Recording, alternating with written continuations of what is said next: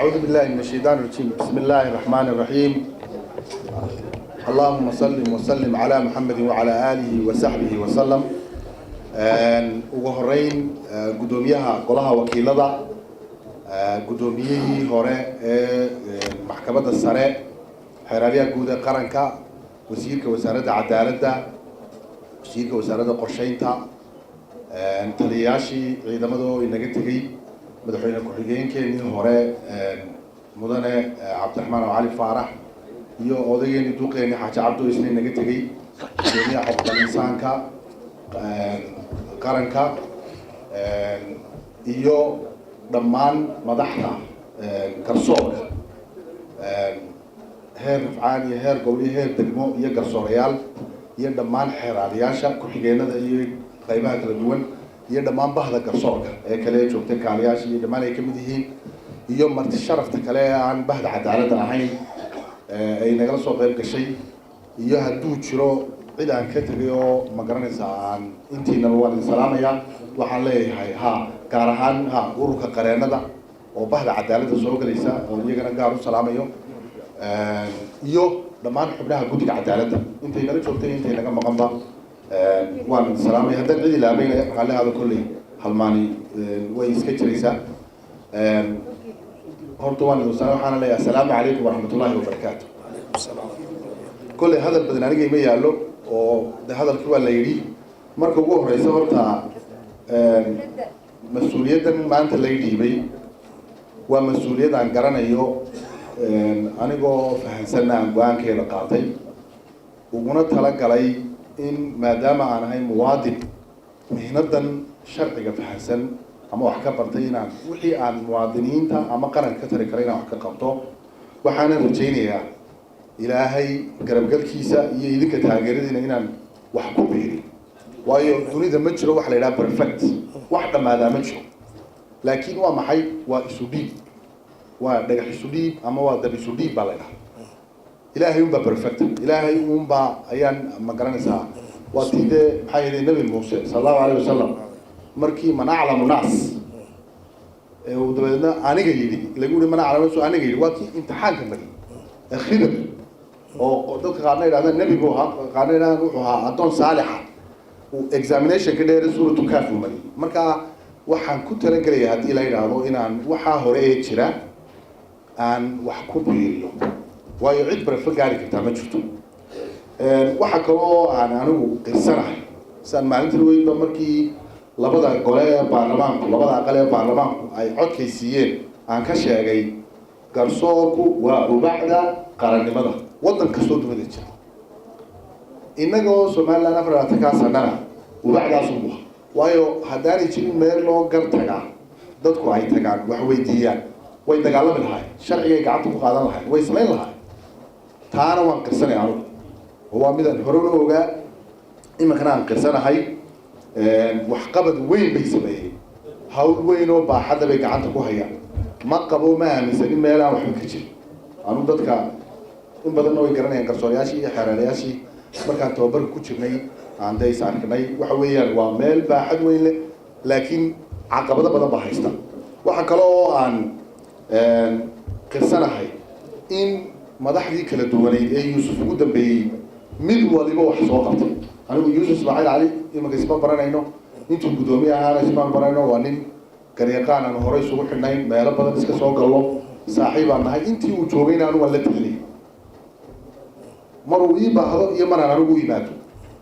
waanu ku garab taagnaa waxaanan u arkayey insaankana qof aan dhaliil lahayn ma jiro lakin waxaan u arkayey waxa weeye sharci yaqaan khibrad dheer u leh sharciga gaar ahaan garsoorka wax badanna ku biiri shayga ugu yara laga sheegi karo wixii kaloo la sheegay shayga ugu yara sheegi karo waxaa kamid ah dacwadahay ugu yimaadeen halkan markay yimaadeen iyagoo 6 garsooraa markii dambe waxay gaadheen heer dacwadii maxkamadda sare soo galay oo dhan aanay mid soo hayn waa shaqo aad baaxad isagii garsoorayaashii kale maxkamadda sare runtii ammaan iyo magaranaysa ilaahay ka jisaasiyo marka yuusufna horena wax buu soo qabtay intuu halkan joogay wax badan buu ku biiriyey waananu sii wada shaqayn doonaa haddii la yidhaahdo waanan ugu mahadinaya runtii dee wax qof iyo laba midna uu ka baryayo maahe waa wuxuu qarankiisa u qabanayay markay timaado anigu waxaan isku dayi doonaa horta maxkamadan saadee hore loo soo sheegay waa maxkamad ballaaran oo saddex maxkamadood oo mid laba usii kala baxdo huwan maxkamadda sare oo ah garnaqii ambiilka loogu imanayay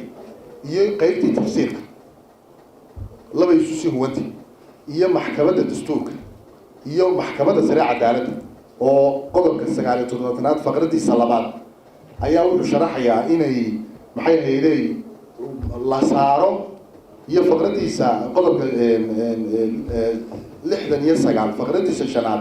labaduba waxay sheegayaan sida ay maxkamadda sare cadaaladdu haddii wasiirada ama wasiir ku-xigeenada ama dad kale madaxda ama golaha labada gole xildhibaanada labada gole sida loo maxkamadaynayo ayay sheegayaan oo maxkamadda sare cadaaladdu maxkamadda bay ka farcantaa oo waxa ku jira xubno ka yimaada golaha wakiilada laakiin garsoorayaal iyo gudoomiyaha maxkamadda halkan bay ka farcantaa waana runtii marka maxkamadan laga hadlayo waxa xoogga la saaraa qaybta garnaqa qaybta maxkamadda sare abiilka labada maxkamadood ee kale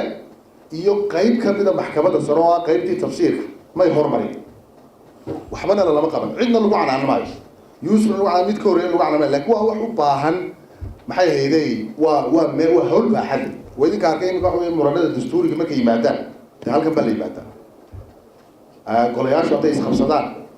dacwadahani bashar baynu leh dowlad koraysayna beritoona way imanaysaa in la maxkamadeeyo qofna sharciga kama sarreeyo haddana may hormarin marka meeshan mas-uuliyad weyn baa taalla maxay ahaydey mas-uuliyaddaana nin garanayaan ahay wax ku biiri doona dadka dhegaysan doona ka shaqayn doona maxay ahaydey marka dhinaca kale la eego waxyaalaha aan ku dadaali doono saddex qaybood baan anu xoogga saari doono qayb waxa weeye qaybta garnaqa ee as a charge garsoore ahaan wixii aan ku tari karo inaan ku daro oo aan xoojino oo garnaqa aan xoogga saarno qaybta labaad ee kalena waxa weye waa qaybta maamulka qaybta saddexaad waa qaybta leadershipka marka qaybta dacwadiina la yimaado loo gar yimaado si fiican bay u wadaan laakiin laba qaybood baan anigu xoogga saaraya aan doonaya inaan kusoo biiriyo oo aan leeyahay aragtideediina leeyahay aaminsanaya mid waxa weeyaan waa ta leadership and visionka garsoorku haddii aan la sawirin halkuu maanta taagay halkaynu 10 sano kadib geyn karnaa confusion baynu ku jiray marka anigu taa strategy baan la imanayaa garsoorku waxa weeye 10 sano kadib waa inuu fiicnaado dhaqaalihiisa iyo aragtidiisa iyo siduu u ekaanayo iyo maamuuskiisa iyo ixtiraamkiisa waayo aragtida ayaa rartay institution aragtida ayaa rartay institution oo meel ka rarto meelkiisa haddii aragti la waayo institutionkaasi halkaas u fadhiyay canaan buu ku jiray marka aragtidaasay ku jirayaan in loo dagaaltamo midna waan idiin sheegayaa xuquuqda laysma siiyo inaynu barino maaha anigu waxaan ku daali doonaa xuquuqda garsoorku leeyahay inaan soo dhicio xaq uu siinaya ma jiro halkaasaad siligaadha daloolaad fadhiyaysa waxaan ku daali doonaa xuquuqa inaan soo dhicino in budgetka aynu ku dagaalano keligii maaha inagoo kaashanayna hay-adaha kale cadaaladda waayo guddiga cadaaladda ayay ku jiraan dhammaan hay-adii cadaaladdu xeeraaliyii baa ku jira hay-addii shaqaalaha ku jirta wasaaraddii cadaaladda ku jirta oo DG-gii baa ku jira oo wasiirkii accountable u siiya hay-ad halkaasay ku jiraan maxaa sidaa ay u samaysanta waxa weeyaan waa guddiga la doonayo haddayna dhacsanna ciidanku keenayso imanka meelaha quruxooda balle hay-adda imanka xeerdejinta ee guddoomiyihii qaybta wakiiladu inala joogo iyo hay-adda fulinta de way dhacsadeen deedna way qurux badnaadeen haddaad dhacsanooda waad seexanaysaa marka aniga arrintan xoogga saari doona waxa weeye in sectorkan oo rukunkii saddexaad ee qaranka ah xuquuqdiisii inaan raadiyo oo ku dagaalamo haddii ilaha idhaahdo caqabado way imanayaan laakiin maxaa lagaga gudbaya wada shaqayn iyo maxay yidhaha gacan isqabsi in badan baan anigu hadday leeyahay ururada bulshada iyo jaamacadda iyo meelo badan garsoorkana waan ku dhex jiray aniga waxaa ii kaaragtara wada shaqaynta in hay-aduhu wada shaqeeyaan iyo in la is ixtiraamo wixii dee xuquuq iyo rights la kala leeyahna la kala naaco laakiin dan shaksi oo la leeyahy ama hebel oo hebel nacab inaanay joojin wada shaqayntii aniga taasaa kaaragtara taa leadershipka waxa weeyaan iminka leadershipka waxaa ku jira in loo doodo in laga fikiro in tababaradii iyo capacity la eego in niyadda iyo moralka garsoorayaasha iyo xeraalayaasha iyo staffka kale sare loo qaado in rajo la geliyo iyo in lala socdo public opinion maxay mujtamacayni naga qabaan marka anu waxaan idiin sheegayaa idinkoo 24 sano shaqaynayay haddana mujtamacu waxay idinka qabaan waxa weeyaan low level bay idinka qabaan waa arrinta weyn inooga marka macnaheedu maaha aadaab guuldaraystay laakiin maxaa lagu guuldaraystay mujtamaca inaynu tusno halka fiican marka waxa weeyaan gariya gardarraba arrintaasina strategigeeda u baahantay waayo dadkii aad u adeegaysaan habeen iyo maalin ma jiro hay'adaha kale nin maalin walba dil xukuma ma jiro miyuu jiraa oo qof le aakhiraan ku geynaya miyuu jiraa ma jiro haddana waa maxay waxa weeyaan way dayacayn haddana public opinion nabadda lagu seexnaya idinka haya haddii aan laysu garimanayn qofku intuu kala qaato u dili lahaatay nabadda idinka haya haddana inay idin caayaan maaha laakiin waa laga gaabi anu taasaan garsanay cidda igaga dooduwani halkeeda weeye laakiin anu waxaan qabaa waa laga gaabi strategigii arrinkaana waan la imanaya public opinionka in data la sameeyo in xafiisyada xiriirka la sameeyo in hay-adaha ay khusayso lala kaashado waxa weeyaan arrintaasina waa lagama maarmaan maxay ahayd sida ay labada waaxooda kale u koreen waa inuu garsoorkuna u koro hadduu halkiisa fadhiyo isna wuu hadhayaa dowladnimana ma jirayso arrinta managementkana waa saddexdii qaybood arrinta managementkana anigoo hadalka dheerayn doonin laba dhinac baan anugu doonay inaan dub ugu noqono inagoo wada jirna mid waxa weeyaan structural reformka oo ah case managementkii iyo inay garsoorayaasha kala sartiin la sharaxay isa saxaan in appealka in go-aanada la iskula xisaabtamo in waaranada la jarayo la iskula xisaabtamo in tusaale ahaan haddii halkan guddoomiyaha maxkamadda sare markuu fadhiyo qayb badan oo waqtigiisa ka mid a uu maamul siiyo guddoomiyaha maxkamadda rafcaanka iyo gobolkuna inay siiyaan inay garsoorayaal noqdaan maaha de inay 20 kiis halka ku qaataan maaha de waa inay qayb dhan maamul u gooyaan waqtigooda waa inay la xisaabtamaan garsoorayaasha ay maamulaan garsooraha ka hooseeya wuxuu doonaa inuu yeelo maaha de marka waa in structural reformka maamulka hadduu baa loogu noqonayaa accountability baa hoos imanaya waxa weeyaan anigu taasaan la imanayaa taasaanan hirgelinaya marka waa dhinaca maamulka haddii ilaahay yidhaahdo inaan duway dhaqaalona uma baahna taas dhaqaalo uma baahnee isxisaabtan iyo in laisla xisaabtamo u baahanta aniga waa layla xisaabtamaya anna waa inaan guddoomiyaasha shaqeeya iyo kuwa dambe iman doona aan la xisaabtama dee oo ku dhaha maxaad haysaa maxkamadaadii ka hor garsoorayaashaadii halkay u socdaan haddii aan intaa iman waayo waa inaan resign gareeyo iskaga taga meesha maxaan ka qabanaya marka waa inaan resign gareeyo marka arrintaasina waa muhim arrinta kale ee garnaqa waxyaalaha laga bedeli karo hore lagu soo waday waxa ka mid ah speed trialka iminka waxyaalaha laynagu canaanto waxa ka mid ah dacwadaheenu delay badan baa jira delayga waxba laga qaban karaa waayo haddii qofkii cadaaladii gar iyo khalad dooraha lagu helo hadduu intaasoo sanada ma beeraysto de waxa weeyaan markaa waxba muu gaadhin meesha wuxuu ku dhimanaya marka waynu improve garayn karnaa inagoo wada jirna anu saasaan qabaa inaynu speed trialka improve garayn karno dacwadaha la dadejin karo la isku dabageli karo markaa taasi waa area la improve garayn karo aan fahansanahay waxaa kaloo ka mid ah decentralizationka in cadaaladda hoos loo daadajiyo sidee wey gobolkan imika maxkamadda gobolka hargeysa waxaan isku dayi doonaanoo hay-ada kale la kaashanayana in degmooyinka la geeyo wixii accessoriya tusaalaha dacwadaha accessoriga aan ahayn ee fudud soo degmadiiba ma hirgelin in gobolkana la decentralize garayo oo dadku halkan la isugu soo ururayo ee maxaabiistii aad foorximadooda la yaabaysa siday u xidhan yihiin ee dadkii oo dhammi joogaan inay qaybta gobolka maxkamadda gobolka qaybta dacwadaha general kalama inay decentralize garayno oo degmooyinka gaadhsiino oo garsoorayaal badan oo bilaa camali shaqo ka helaan oo looyaro badan soo baxaan oo xeeraalyaal badan oo iska taagin halkaa shaqo ka helaan inaynu decentralize garayno anagoo hay-adaha la kaashanay arrintaasi waa decentralizationka gobolladana la eego waxa weeyaan arrintaasi waa arrin la qaban karo lala iman karo mobile courtka oo ay soo wadeen guddoomiye hore lamid ah inaynu kordhino oo aynaan ku xidhnaan doonarku budgetku ina siinayo laakiin inaynu budget u gelino qaranka ilaa haddii hay-adii kaleba budget helayaan waa inaynu budgetkaana ku dagaalano oo mawalkeeda oo ah gobolladii la booqdo arrintaasna waxa weeyaan waa arrin kale oo aan anigu ku dadaali doono waxa ka hirgelaya iyo inay hirgelin karo waa halkeeda laakiin dadaal bay samaynayna haddii ilaha yidhaahdo dhinaca kale aidiyooyin cusub baan isku dayi doona aidiyooyinka waxaa ugu horeeya naadiyadii garsoorayaasha naadi lqudaat naadigaa waa la aasaasaya waanan samaynayna waxa kalaan wax inagu filan ma jirto so looyaradu male ururkii garsoorayaashaan samaynayna waxa kalaan samaynaynaa ururkii xeeraaliyaasha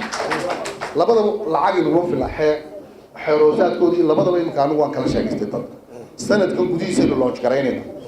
halkan bay ka shaqaynayaan urur wuxuu noqonayaa ka baal shaqeeya garsoor oo garsoorayaasha rajo siiya caafimaad tara xubin ay ka noqdaan u dagaalama dooda dhaqaale hela hadday looreed yeesheen naadi alqudaad iyo naadigii kale xeraaleyshu labaduba way imanaya waanaynu abuuraynaa waynu samaynaynaa waxa weeye inta sanadka lagu jiro weliba ka naadi alqudaadka xeeroosaadkiisii wuu dhammaaday wuu hirgelaya sida kuwa loo caawinaya iyagana la caawin doono garsoorihii hore ee tegey shaqada ka tegey iyo garsooraha joogaaba xubin bay ka noqonaya waa waxyaalaha new ids waa new idska aan la iman doono waxaa kaloo new idska aan la iman doono waxaa ka mid a maxay hayday halkaa masaajidka ku xigta